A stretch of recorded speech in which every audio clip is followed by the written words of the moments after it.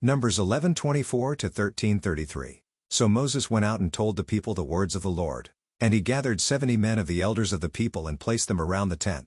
Then the Lord came down in the cloud and spoke to him, and took some of the Spirit that was on him and put it on the 70 elders. And as soon as the Spirit rested on them, they prophesied. But they did not continue doing it. Now 2 men remained in the camp, one named Eldad, and the other named Medad, and the Spirit rested on them. They were among those registered, but they had not gone out to the tent, and so they prophesied in the camp.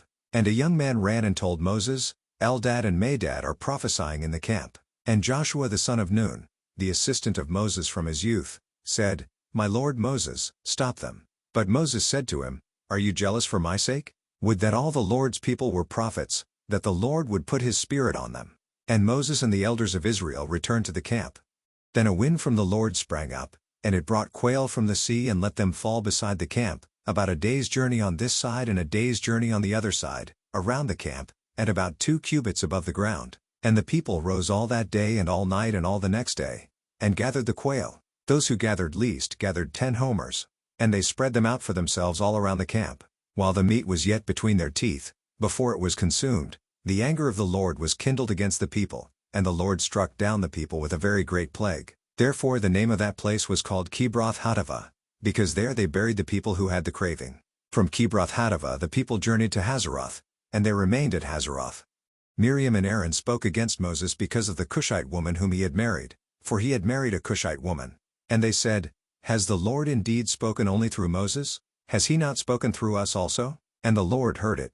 Now the man Moses was very meek, more than all people who were on the face of the earth. And suddenly the Lord said to Moses and to Aaron and Miriam, Come out, you 3, to the tent of meeting. And the 3 of them came out. And the Lord came down in a pillar of cloud and stood at the entrance of the tent and called Aaron and Miriam, and they both came forward. And he said, Hear my words.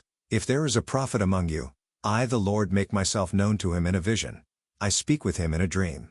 Not so with my servant Moses. He is faithful in all my house. With him I speak mouth to mouth, clearly, and not in riddles, and he beholds the form of the Lord. Why then were you not afraid to speak against my servant Moses? And the anger of the Lord was kindled against them, and he departed. When the cloud removed from over the tent, behold, Miriam was leprous, like snow. And Aaron turned toward Miriam, and behold, she was leprous. And Aaron said to Moses, O my Lord, do not punish us because we have done foolishly and have sinned. Let her not be as one dead, whose flesh is half eaten away when he comes out of his mother's womb. And Moses cried to the Lord, O God, please heal her, please. But the Lord said to Moses, If her father had but spit in her face, should she not be shamed 7 days? Let her be shut outside the camp 7 days, and after that she may be brought in again. So Miriam was shut outside the camp 7 days, and the people did not set out on the march till Miriam was brought in again. After that the people set out from Hazeroth, and camped in the wilderness of Paran. The Lord spoke to Moses, saying, Send men to spy out the land of Canaan, which I am giving to the people of Israel. From each tribe of their fathers you shall send a man, every one a chief among them. So Moses sent them from the wilderness of Paran, according to the command of the Lord, all of them men who were heads of the people of Israel. And these were their names: from the tribe of Reuben, Shammua the son of Zaccur; from the tribe of Simeon, Shaphat the son of Hori; from the tribe of Judah, Caleb the son of Jephunneh; from the tribe of Issachar, Egal the son of Joseph; from the tribe of Ephraim, Hoshea the son of Nun; from the tribe of Benjamin, Palti the son of Raphu; from the tribe of Zebulun, Gaddiel the son of Sodi; from the tribe of Joseph, that is, from the tribe of Manasseh, Gadi the son of Suzi; from the tribe of Dan, Amiel the son of Gamali; from the tribe of Asher, Sathur the son of Michael; from the tribe of Naphtali, Nabi the son of Vophsi; from the tribe of Gad, Guel the son of Maki. These were the names of the men whom Moses sent to spy out the land. And Moses called Hoshea the son of Nun Joshua. Moses sent them to spy out the land of Canaan and said to them, Go up into the Negeb, and go up into the hill country, and see what the land is, and whether the people who dwell in it are strong or weak, whether they are few or many, and whether the land that they dwell in is good or bad, and whether the cities that they dwell in are camps or strongholds, and whether the land is rich or poor, and whether there are trees in it or not. Be of good courage and bring some of the fruit of the land. Now the time was the season of the first ripe grapes. So they went up and spied out the land from the wilderness of Zin to Rehob, near Lebo-Hamath. They went up into the Negeb and came to Hebron, Ahiman, Shishai, and Talmai, the descendants of Anak, were there. Hebron was built 7 years before Zoan in Egypt, and they came to the valley of Eshcol and cut down from there a branch with a single cluster of grapes, and they carried it on a pole between 2 of them. They also brought some pomegranates and figs. That place was called the Valley of Eshcol, because of the cluster that the people of Israel cut down from there. At the end of 40 days they returned from spying out the land. And they came to Moses and Aaron and to all the congregation of the people of Israel in the wilderness of Paran, at Kadesh. They brought back word to them and to all the congregation, and showed them the fruit of the land. And they told him, "We came to the land to which you sent us. It flows with milk and honey, and this is its fruit. However, the people who dwell in the land are strong, and the cities are fortified and very large. And besides, we saw the descendants of Anak there. The Amalekites dwell in the land of the Negeb, the Hittites, the Jebusites, and the Amorites dwell in the hill country, and the Canaanites dwell by the sea, and along the Jordan."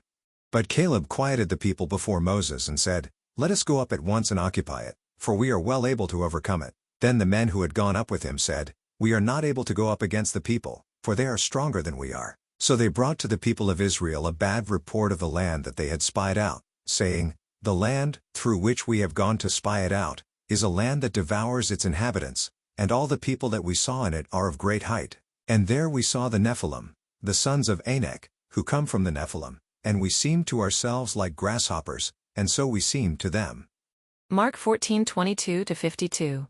And as they were eating, he took bread, and after blessing it, broke it and gave it to them, and said, "Take, this is my body." And he took a cup, and when he had given thanks he gave it to them, and they all drank of it. And he said to them, "This is my blood of the covenant, which is poured out for many. Truly, I say to you, I will not drink again of the fruit of the vine until that day when I drink it new in the kingdom of God." And when they had sung a hymn, they went out to the Mount of Olives. And Jesus said to them, "You will all fall away, for it is written, I will strike the shepherd, and the sheep will be scattered. But after I am raised up, I will go before you to Galilee." Peter said to him, "Even though they all fall away, I will not." And Jesus said to him, "Truly I tell you, this very night, before the rooster crows twice, you will deny me 3 times. But he said emphatically, "If I must die with you, I will not deny you." And they all said the same.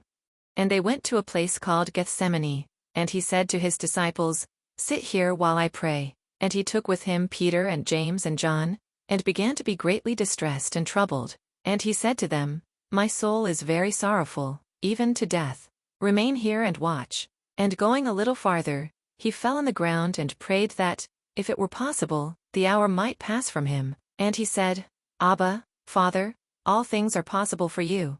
Remove this cup from me. Yet not what I will, but what you will." And he came and found them sleeping. And he said to Peter, "Simon, are you asleep? Could you not watch 1 hour? Watch and pray that you may not enter into temptation. The spirit indeed is willing, but the flesh is weak." And again he went away and prayed, saying the same words. And again he came and found them sleeping, for their eyes were very heavy, and they did not know what to answer him.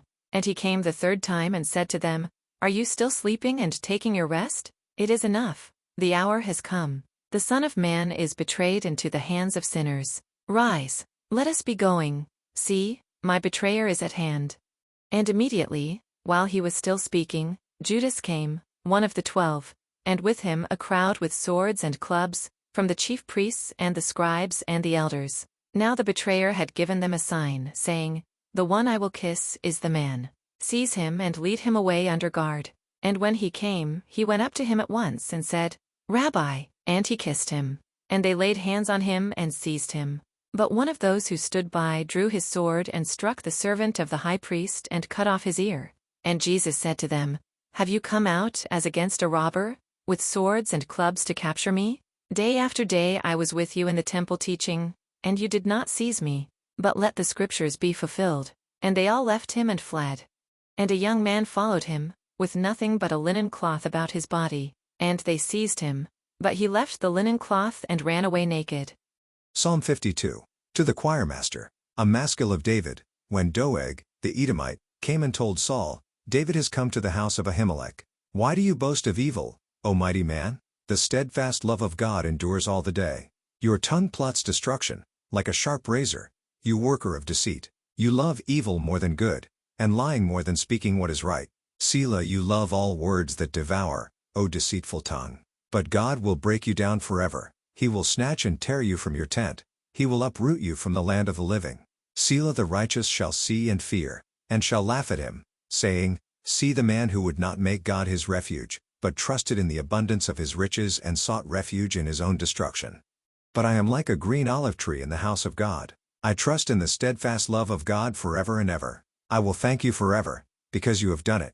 I will wait for your name, for it is good, in the presence of the godly. Proverbs 11:1-3. A false balance is an abomination to the Lord, but a just weight is his delight. When pride comes, then comes disgrace. But with the humble is wisdom. The integrity of the upright guides them, but the crookedness of the treacherous destroys them. To be part of the community, please check the link below or go to Facebook and search Daily Hope for Revival. Please take a moment to like, share, and subscribe.